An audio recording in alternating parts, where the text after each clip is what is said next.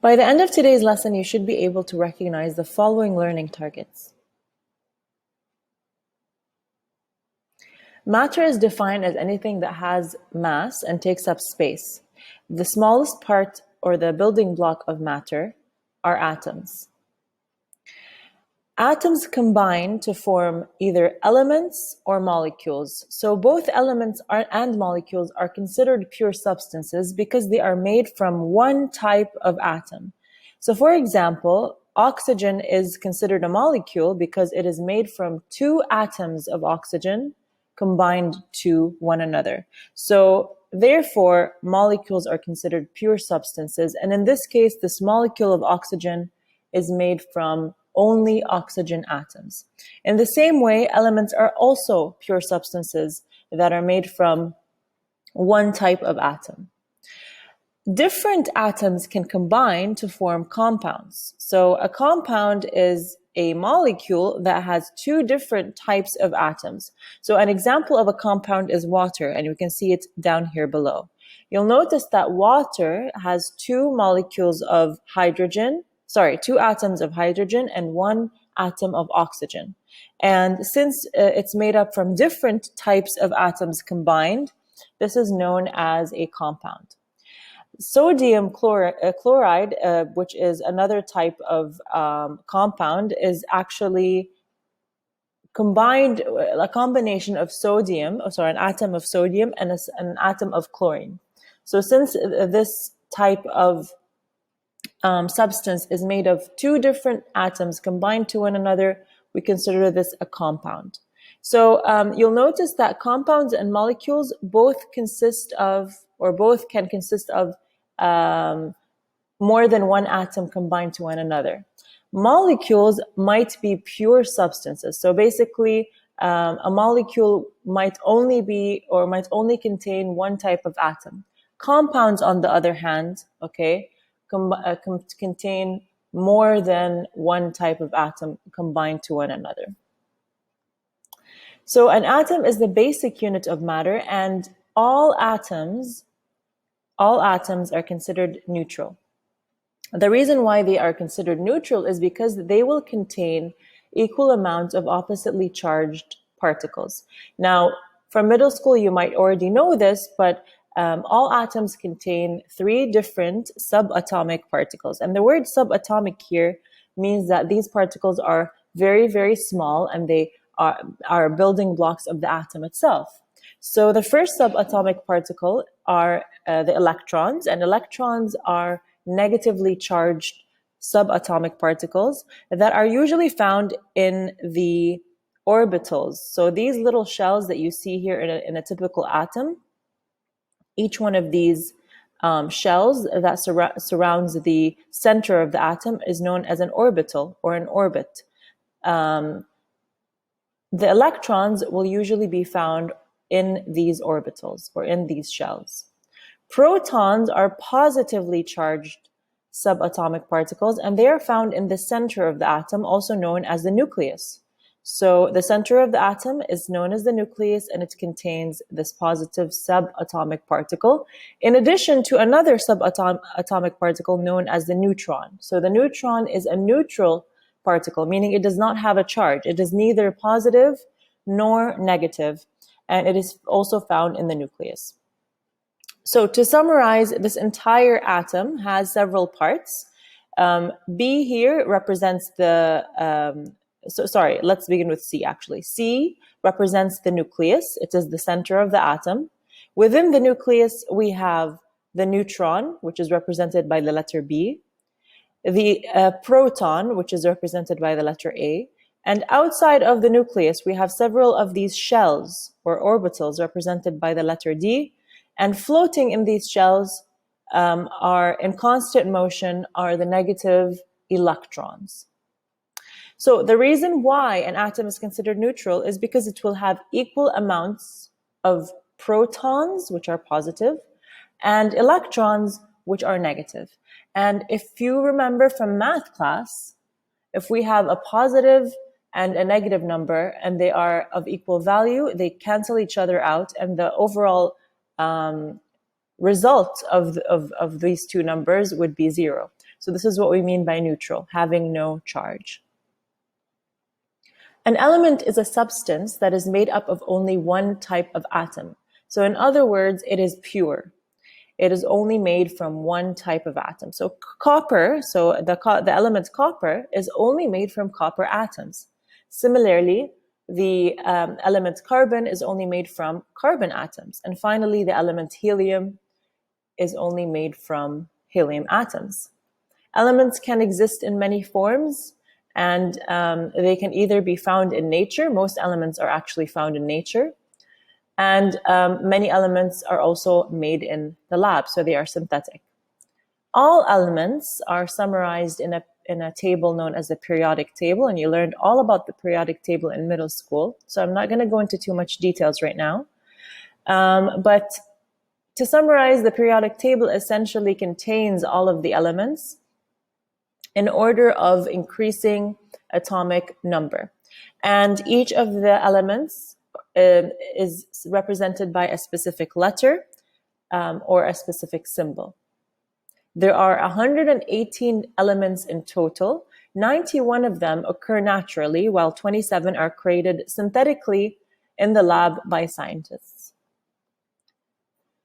When we're looking at elements, and specifically if we use the periodic table to understand or get some information about each element, what distinguishes one element from the next is the number of protons that it has. So the reason why carbon is so different than oxygen is because they differ in the number of protons. So when we're trying to determine which element we are looking at, or even which atom we are looking at, because remember, elements are made from one type of atom, we usually look for the number of protons. The number of protons will not differ for a specific element or for a specific atom, because that is what essentially makes it itself. On the other hand, the electrons that are floating in the orbitals generally are involved in reactivity. Okay, so whenever a chemical reaction is happening, that is usually involving the electrons. And that makes sense because electrons are found on the outside. They're not found trapped inside this nucleus or hidden inside this nucleus in the center. They are found on the edges or on these orbitals. So they have the ability to interact with other atoms, and they can form bonds, and they can be involved in chemical reactions. The most important electrons, so all of the electrons, of course, are important, but the most important electrons that are involved in chemical reactions are known as valence electrons. And these are the electrons that are found in the outermost orbital or the outermost shell. These are the electrons that are going to be involved in chemical reactions and in bonding. All living things or all organisms contain 25 essential elements. However, there are 4 main elements that are present in 96% of all living things. So every living organism contains several elements, up to 25, but the majority of the organism's body is going to be composed, 96% of it is going to be composed of 4 main elements: carbon, oxygen, nitrogen, and hydrogen. And if we're going to be even more specific, it's actually 3 main elements: carbon, oxygen, and hydrogen. So if we look at this picture on the right, you'll notice that in a human body, for example, we have several different elements that make up or compose our body. However, oxygen, look at the percentage. 61% of our bodies are made of oxygen. 23% are made of carbon, and 10% are made of hydrogen. So these are the top 3 elements that are found in living things, okay? The other elements are also present. However, look at their percentages. They are much smaller. They are present at a much smaller percent.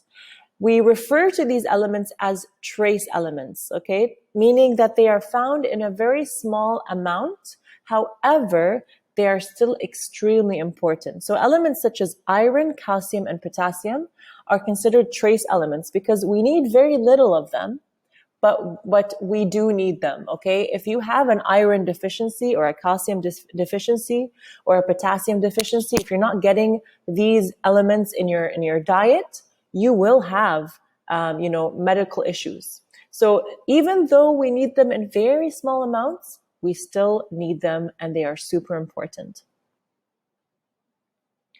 Different elements combine in a fixed ratio to form compounds. So when we have different types of elements, okay, different types of elements or different types of atoms combining to one another.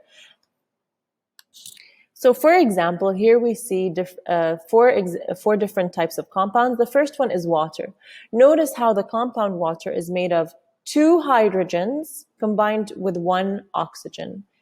2 different types of atoms or elements are combined to form a compound. Same with ammonia. So with ammonia, it's NH3, meaning we have 3 hydrogens combined with 1 nitrogen. Two different elements or atoms combined to form this compound, and so on and so forth. The compound's properties differ from the properties of the elements that make up that compound. So what do I mean by that? Let's look at water. Water is an essential element. We need it to stay alive, right? 75% of our bodies are made up of water. Almost 80% of our planet is made up of water. It is super important. Without water, life cannot exist, okay? And in addition, water, like when we're talking about the substance itself, we usually refer to it as a liquid, right? It's clear, it's colorless, it's tasteless for the most part. So if we look at the elements that make this compound up, hydrogen and oxygen, on their own, how would we describe these? How would we describe these elements, or how would we describe these atoms? Well, they are both gases, right? They're not liquids. On their own, they are both gases, and they're both poisonous gases. If you consume or hydrogen for the most part can be poisonous at high amounts. Oxygen obviously is not poisonous. It's also essential for life, but on their own, they are both gases, they are both flammable, and their properties are very different than when you combine them to one another. When you combine 2 ratios of hydrogen with 1 ratio or part of oxygen, it forms a water molecule that is very different in terms of its properties than these individual elements that made it up. So this is what we mean by this point right here. The individual elements are very different than the compound. The properties of the individual elements are very different than the properties of the compound. So how are elements different than compounds? Elements, we said, are pure substances that are made from one type of atom. Compounds, on the other hand, are made of 2 or more kinds of atoms combined to one another. Elements are pure. Compounds are, I don't know about impure, but they're basically made of different types of atoms combined to one another. There are 2 kinds of chemical bonds that can form. So whenever we are talking about the formation of compounds or molecules, these types of compounds need to be held together by something, okay? When we are taking an oxygen and combining it to 2 hydrogens, there needs to be some form of chemical glue, per se, that holds these atoms to one another, okay? This chemical glue is known as a bond or a chemical bond. And there's 2 different kinds of chemical bonds that can form. Ionic and covalent. There's also a hydrogen bond, but we will talk about that in more details later on. So an ionic bond is a bond that forms when an atom either gains or loses an electron. When an atom gains an electron, it becomes negatively charged, and we refer to it as an anion. So think about it. Electrons are negatively charged themselves. So if an atom was to gain more negatively charged electrons, the atom itself will become negatively charged. If an atom was to lose these negative particles, or the electrons, it becomes more positively charged, and we refer to it as a cation. A fun way to remember the name of positively charged atoms is to remember that cats have paws, and cations are positive ions. An ion is essentially an atom that has gained or lost an electron. In other words, it has gained or lost a charge. Every time an atom loses an electron, it becomes positive because it's getting rid of negative energy. Electrons themselves are negatively charged particles. If you get rid of something that is negative, you yourself will be a positive, more positive. So if you get rid of negative, toxic people in your life, you will become more positive. You'll become a more positive person. Same thing with these atoms. They get rid of these negatively charged particles. They themselves become positive, and refer to them as a cation. So whenever an atom gains or loses a charge, we refer to it as an ion. We don't call it an atom anymore. It becomes known as an ion. Now, what's the point? Why do atoms gain electrons and lose electrons? Why do they bother? Well, a lot of these atoms are unstable, meaning that they do not have the full number of electrons. If you remember from middle school, in order for an atom to be happy and content, it needs to gain, or it needs to make its valence shell complete, right? And if you remember, in order for the valence shell to be complete, it needs 8 electrons. That's the happy number for atoms. So the reason why atoms would undergo these types of chemical reactions and they would gain electrons or lose electrons is to become complete. And isn't that what we all want? To become complete. So basically, they gain and lose these electrons to become stable. And by doing so, they can actually gain new properties. They go through this transformation and they essentially become new people. They can either become more reactive or less reactive. And they gain these new properties when they undergo these chemical reactions. Another type of bond is known as a covalent bond. And covalent bonds happen when an electron does not fully gain or lose electrons. Sorry, did I say electron? I meant atom. When an atom does not fully gain or lose electrons. In this case, instead of fully getting rid of an electron or fully gaining an electron, an atom is going to share an electron with another atom. All right. For this reason, covalent bonds are a lot stronger than ionic bonds because these atoms that are undergoing covalent bonds, they're selfish. They don't want to get rid of the electrons. They're like, okay, the least I can do is share it with you, but I'm not giving you my electrons. So for this reason, they have a very strong hold on their electrons and they do not want to let these electrons go. And it's super difficult to break the bond, to break a covalent bond that forms between two atoms that have it, because there is just such a strong hold on these electrons. So to summarize, covalent bonds occur when two atoms share electrons. They do not completely get rid of their electrons. They do not completely gain electrons. They simply share electrons.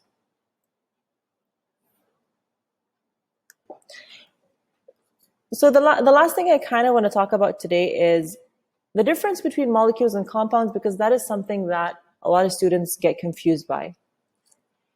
A molecule is so whenever you have two or more atoms that are held together by a covalent bond, that is known as a molecule, okay? So any two or more atoms held together by a covalent bond is known as a molecule. The classic example of a molecule is water. If these two atoms that are held together by a covalent bond are different, okay, they're two different atoms, we refer to them as a compound. Molecules could be either two or more atoms bonded together that are the same, or they could be two or more molecules bonded together that are different. So molecule is like the general term. When any two or more atoms held together by a bond, by a covalent bond, that is known as a molecule. However, if these two atoms that are held together are different atoms, we also refer to them as a compound. Okay? So compounds, they have to be different. They have to be different. Two different atoms held together. Molecules, on the other hand, it could be two of the same atoms held together or two or more of different atoms held together. So it's like a general term, all right? Just to make sure that we are not confused when we hear the words molecule and compound. And generally speaking, molecules are always going to be held together by covalent bonds. So, for example, water is a molecule. We refer to it as a molecule because it's held together by a covalent bond. So let us put it all together, everything we learned today. We said that an atom is the building block of matter. It is the smallest part of all matter. And atoms can be combined. So if we have two or more atoms combined to one another, the general term for that is a molecule. A molecule is any two or more atoms combined to one another. If these molecules or if these atoms that are combined together are different atoms, then it is both a molecule and a compound. So in the case of water, because water is made of two hydrogens and an oxygen, so essentially two different types of atoms held together, then water is both a molecule and a compound. It fits both definitions. Oxygen is made up of two oxygen atoms. So notice how in the example of oxygen, both of these atoms are the same and they're held together. And therefore, oxygen is only considered a molecule. It's not considered a compound. Because remember, compounds have to have two or more different atoms held to one another. All right? So if the atoms are different, it's considered both a molecule and a compound. If the atoms are the same, then it is only considered a molecule.